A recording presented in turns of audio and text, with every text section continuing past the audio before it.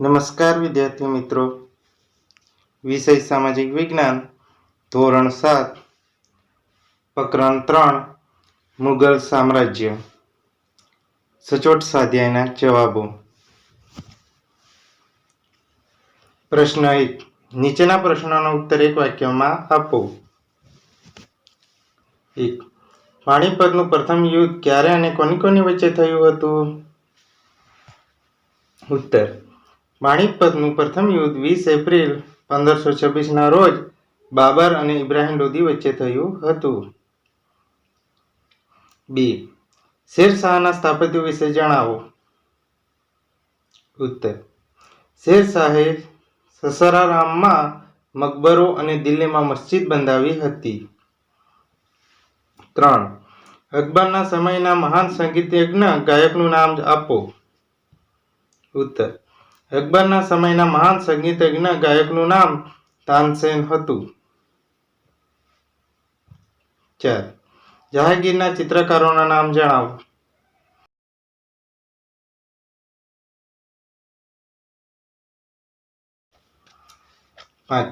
છત્રપતિ શિવાજીનો જન્મ ક્યાં અને ક્યારે થયો હતો? ઉત્તર. છત્રપતિ શિવાજીનો જન્મ ઈસવીસન 1627માં મહારાષ્ટ્રમાં શિવનેરીના કિલ્લામાં થયો હતો. પ્રશ્ન 2. નીચેના પ્રશ્નના માધ્યમ મુજબ ઉત્તર આપો. 1. મુગલ વહીવટતંત્રની રૂપરેખા આપો. ઉત્તર. મુગલ વહીવટતંત્રની વ્યવસ્થિત રચના અકબરે કરી હતી. મુગલ શાસનના કેન્દ્રમાં બાદશાહ હતો. બાદશાહને સલાહ આપવા મદદ કરવા એક મંત્રી પરિષદ હતી. બાદશાહની સત્તા સર્વોપરી હતી.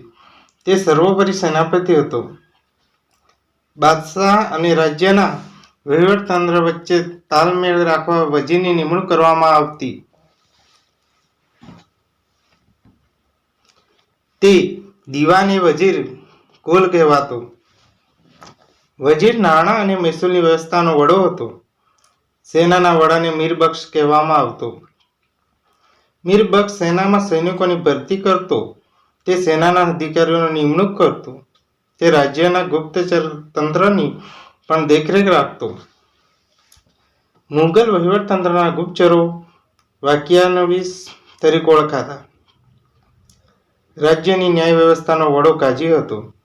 મુગલ સમ્રાટની અંગત જરૂરિયાતોનું ધ્યાન રાખવા મીર-એ સામાન નામનો વિભાગ હતો. આ વિભાગનો ઉપરી સરકારી કારખાનાઓનો વડો હતો. વિદ્યાર્થી મિત્રો, વિડીયોને લાઇક અને ચેનલને સબસ્ક્રાઇબ જરૂરથી કરજો. બી. મુગલ સ્થાપત્ય કલાના નમૂનાઓ વિશે નોંધ તૈયાર કરો. ઉત્તર. મુગલ સ્થાપત્ય કલાની ઇમારતો અમૂલ્ય અને અપ્રતિમ ગણાય છે. ઇમારતોના બાંધકામમાં હિન્દ મુસ્લિમ કલાઓનો સુભંગ સમન્વય થયો હતો. મુગલ સ્થાપત્ય કલામાં મુખ્ય નમૂનાઓ નીચે પ્રમાણે છે. 1. બાબરે પાણીપત પાસે કાબુલી મસ્જિદ, સંભલમાં જુમા મસ્જિદ અને આગ્રામાં એક મસ્જિદ બંધાવી હતી. 2. અકબરે આગ્રામાં કિલ્લો બંધાવ્યો હતો.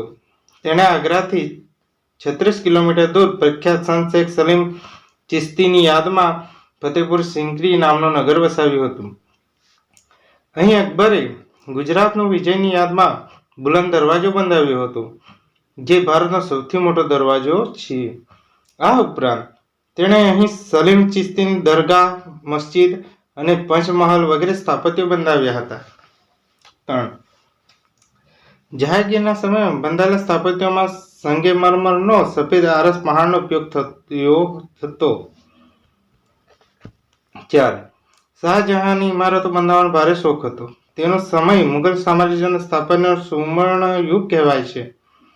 શાહજહાંએ પોતાની પત્ની મુમતાજ મહલની યાદમાં આગ્રામાં યમુના નદીના કિનારે તાજમહલ બંધાવ્યો હતો. તે દુનિયાની એક અજાયબી ગણાય છે. શાહજહાંએ આગ્રામાં મોતી મસ્જિદ બંધાવી છે, જે અદ્ભુત ઇમારત ગણાય છે. તેણે દિલ્હીમાં પ્રસિદ્ધ લાલ કિલ્લો બંધાવ્યો હતો. 5. ઔરંગઝેબે પોતાની પત્નીની યાદમાં ઔરંગાબાદમાં તાજમહાલ જેવો જ કલાત્મક રાબિયા ઉદ દૌરાનનો મકબરો બંધાવ્યો હતો. 3. છત્રપતિ શિવાજીના વિજયો વિશે નોંધ લખો. ઉત્તર. છત્રપતિ શિવાજીએ નાની જાગીરમાંથી વિશાળ મરાઠા સામ્રાજ્યનો વિસ્તાર કરવા 40થી પણ વધારે કિલ્લા જીત્યા હતા. મુગલ બાદશાહ ઔરંગઝેબ અને બીજાપુરના સુલતાન સાથે લાંબા સમય સુધી સંઘર્ષ કરી તેણે વિજયો મેળવ્યા હતા. જેમ કે ઈસવીસન 1646માં શિવાજીએ તોરણાનો કિલ્લો જીત્યો હતો. એ પછી તેમણે કલ્યાણ અને માહુલીના કિલ્લા જીત્યા હતા. ઈસવીસન 1670માં શિવાજીએ સિંહગઢ, વેલોર અને ઝિંઝીના કિલ્લા જીત્યા હતા. ઈસવીસન 1677માં તેમણે દક્ષિણના દરવાજા સમાન કોયલનો કિલ્લો જીત્યો હતો. 4. અકબરની ધાર્મિક નીતિઓની ચર્ચા કરો. ઉત્તર. અકબરે બિનસાંપ્રદાયિકતાની નીતિ અપનાવી હતી. તેણે હિન્દુઓ પાસેથી લેવામાં આવતો યાત્રાવેરો અને જજિયાવેરો રદ કરીને ધાર્મિક ઉદારતા દાખવી હતી. તેણે હિન્દુઓને પોતાના દરબારમાં અને રાજ્યની અન્ય સેવાઓમાં ઊંચા હોદ્દાઓ પણ નિમ્યા હતા. તેણે પ્રજાના બધા વર્ગોને પોતપોતાનો ધર્મ પાળવાની છૂટ આપી હતી. બધા ધર્મો વિશે ચર્ચા કરવા અકબરે ફતેહપુર સિક્રીમાં ઇબાદતખાનું પ્રાર્થના મંદિર બંધાવ્યું હતું. અકબર દર શુક્રવારે જુદા જુદા ધર્મના વિદ્વાનોને ચર્ચા કરવા ઇબાદતખાનામાં આમંત્રણ આપતો હતો. તે તેમની ધર્મચર્ચા ખૂબ ધ્યાનથી સાંભળતો હતો. તેમાંથી તેણે પ્રત્યેક ધર્મમાં ઉત્તમ સિદ્ધાંતોને તારવી દીન-એ-ઇલાહી નામના નવા સંપ્રદાયની સ્થાપના કરી હતી.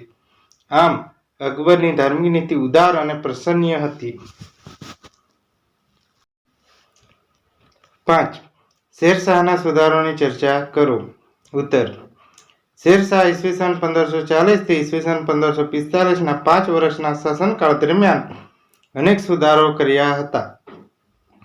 તેમાં મુખ્ય સુધારો નીચે પ્રમાણે છે. 1. શેરશાહે ચોર લૂંટારોનો ભય નાબૂદ કરી રાજ્યમાં શાંતિ સ્થાપી હતી. 2. તેણે ઘોડેસવાર ખેપિયાઓ શરૂ કરીને નવી ટપાલ વ્યવસ્થા શરૂ કરી હતી. 3. તેણે વેપારીઓ અને યાત્રાળુઓ માટે ધર્મશાળાઓ બંધાવી હતી. 4. તેણે રૂપિયાનું ચલણ શરૂ કરાવ્યું હતું. 5. તેણે રાજ્યમાં વિશાળ લશ્કરની રચના કરી હતી. 6. તેણે એક લાંબો રાજમાર્ગ ગ્રાન્ડ ટ્રંક રોડનું નિર્માણ કરાવ્યું હતું, જે બંગાળ અને ઉત્તર ભારત સુધી વિસ્તરેલો હતો. 7. તેણે ટોડમલની મદદથી જમીનની જાત અને ખેતીની ઉપજની સરાસરી પરથી જમીન મહેસૂલનો કોઠો તૈયાર કર્યો હતો. ઉપયુક્ત સુધારાઓને કારણે શેરશાહને યાદ કરવામાં આવે છે. પ્રશ્ન 3. નીચેના દરેક પ્રશ્નના ઉત્તર માટે આપેલા વિકલ્પોમાંથી સાચો વિકલ્પ શોધીને ઉત્તર લખો. 1. પાણીપતનું બીજું યુદ્ધ ખાલી જગ્યા અને ખાલી જગ્યા વચ્ચે થયું હતું. એ. અકબર અને શિવાજી. બી. અકબર અને હેમુ. સી. બાબર અને ઇબ્રાહિમ લોદી. ડી. મુગલ અને મરાઠા. આમાં સાચો જવાબ આવશે અકબર અને હેમુ. બી. બુલંદ દરવાજો કોણે બનાવડાવ્યો હતો? એ. અકબરે. બી. જહાંગીરે. સી. શાહજહાંએ. ડી. ઔરંગઝેબે. આમાં સાચો જવાબ આવશે અકબરે. 3. દિલ્હીનો લાલ કિલ્લો ખાલી જગ્યાએ બનાવડાયો હતો. એ. બાબરે. બી. અકબરે. સી. હુમાયુએ. ડી. શાહજહાંએ. આમાં સાચો જવાબ આવશે ડી. શાહજહાંએ. 4. અકબરનો જન્મ ખાલી જગ્યા નામના સ્થળે થયો હતો. એ. અમરકોટ.